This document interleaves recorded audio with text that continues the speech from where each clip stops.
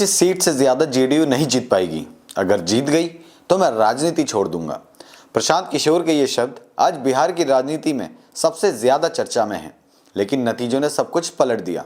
नीतीश कुमार की जेडीयू ने 80 से ज्यादा सीटों पर जीत हासिल करी और जनसुराज का खाता तक नहीं खुला। अब पूरा बिहार पूछ रहा है, क्या प्रशांत किशोर राजनीति से संन्यास लेंगे? नमस्कार, ये है हमारा बिहार और मैं हूं संदीप बिष्ट।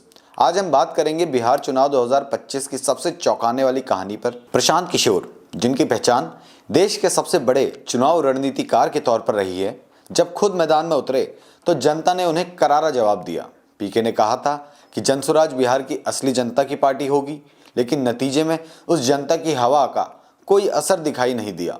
जनसुराज के लिए ये चुनाव बड़ा झटका लेकर आया है। पूरे बिहार में पीके की पार्टी एक भी सीट नहीं जीत पाई। अधिकांश सीटों पर उनके उम्मीदवार चौथे या पांचवें स्थान पर रहे, यानी जमीन पर पार्टी की जड़ें अभी बहुत कमजोर दिखी।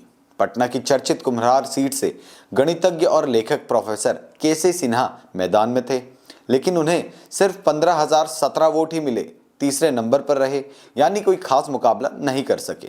वहीं चनपटिया सीट से चर्चित पत्रकार मनीष कश्यप भी तीसरे स्थान पर रह गए। उनकी उम्मीद थी कि सोशल मीडिया की लोकप्रियता उन्हें वोट में मिलेगी, लेकिन नतीजे कुछ और ही बताते हैं।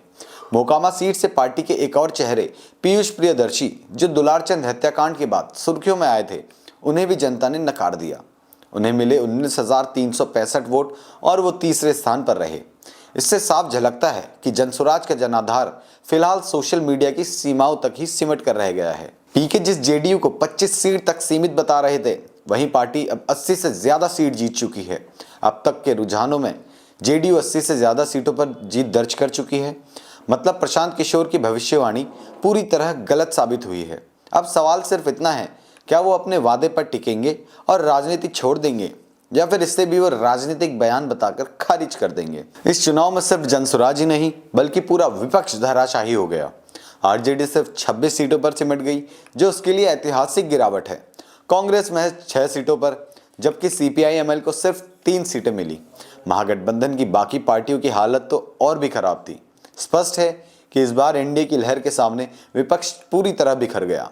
अब पूरा सवाल जनता के बीच घूम रहा है, क्या प्रशांत किशोर का राजनीतिक सफर यहीं खत्म हो जाएगा? क्योंकि शुरू से उन्होंने खुद को जनता की आवाज बताने का दावा किया था, लेकिन जब जनता ने भरोसा नहीं दिखाया, तो अब उनको अपनी रणनीति और भविष्य दोनों पर पुनर्विचार करना होगा। पीके ने अब तक कोई औपचारिक बयान नहीं दिया है, लेकिन सोशल मीडिया पर उनके पुराने इंटरव्यू वायरल हो रहे हैं, जहां वो कहते सुनाई दे रहे हैं कि अगर जेडीयू को 25 सीट से ज्यादा मिली तो राजनीति छोड़ दूंगा। तो बिहार की राजनीति में यह सवाल अब नया मुद्दा बन चुका है। क्या प्रशांत किशोर अपने वादे पर कायम रहेंगे या एक नई कहानी फिर से शुरू करेंगे? आपके मुताबिक पीके को राजनीति छोड़ देनी चाहिए या जनता के बीच बने रहना चाहिए? कमेंट में अपनी राय जरूर दें और बिहार की हर बड़ी खबर के लिए हमरा बिहार को सब्सक्राइब करें। धन्यवाद।